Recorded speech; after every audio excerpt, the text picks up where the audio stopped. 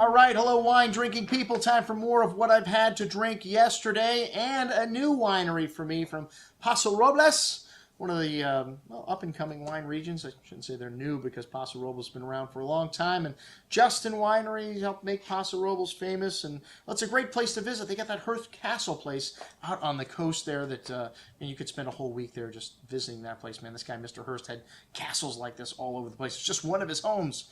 And we did the 1.5 day tour. It was just one of the legs of the mansion. Incredibly, like, circus. He had animals there, lions, tigers, all kinds of crazy stuff. The whole town was built around him. Anyways, I digress. The reason we're here to talk about wine and this new winery, which I have to say the wine's very good. We're going to be doing a California Cabernet tasting coming up at Cafe Max in a few weeks, which we're going to be featuring these Daou wines. And the Chardonnay we had to start from Parapaso.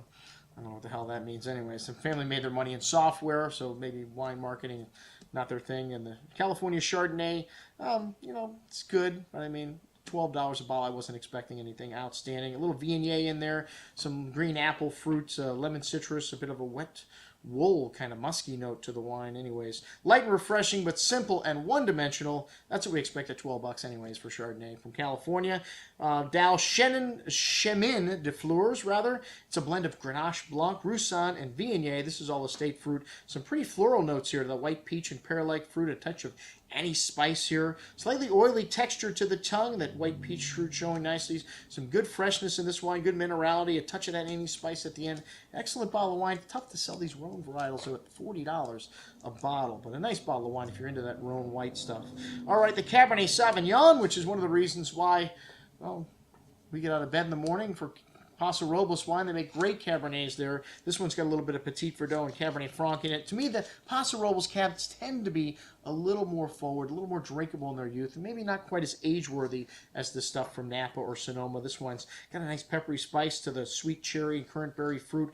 Really rich and forward. Some floral notes to the nose as well. Some sweet tobacco spice. Sweet and sappy on the tongue with a lot of liqueur-like fruit, and still quite fresh on the finish. That sweet tobacco spice and the round tannin showing really excellent juice at $30 a bottle. Whoa, some of the better values you'll find coming out of California in Paso Robles. Then the Reserve, which is almost double the price, or is double the price, $59.25. A little Cabernet Franc Petit Verdot also in the blend.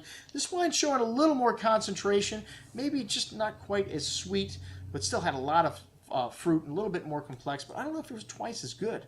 You know, for me, that's the problem with these reserve wines. It's the same vineyard, the same process. They're trying to make, you know, the greatest wine they can, and they just select some of the best barrels, and they call it reserve and charge twice the price.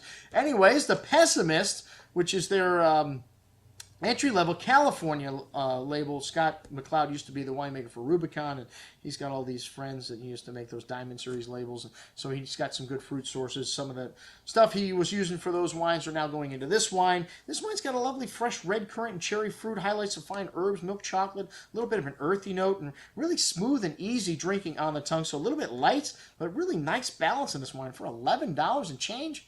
Well, that may be the best value in the whole lineup here. All right, that's what I had to drink with our friends from Daou Winery. I'm your host, Andrew Lamposoni, signing off for the Wine Watch, saying, remember, always drink the good stuff first.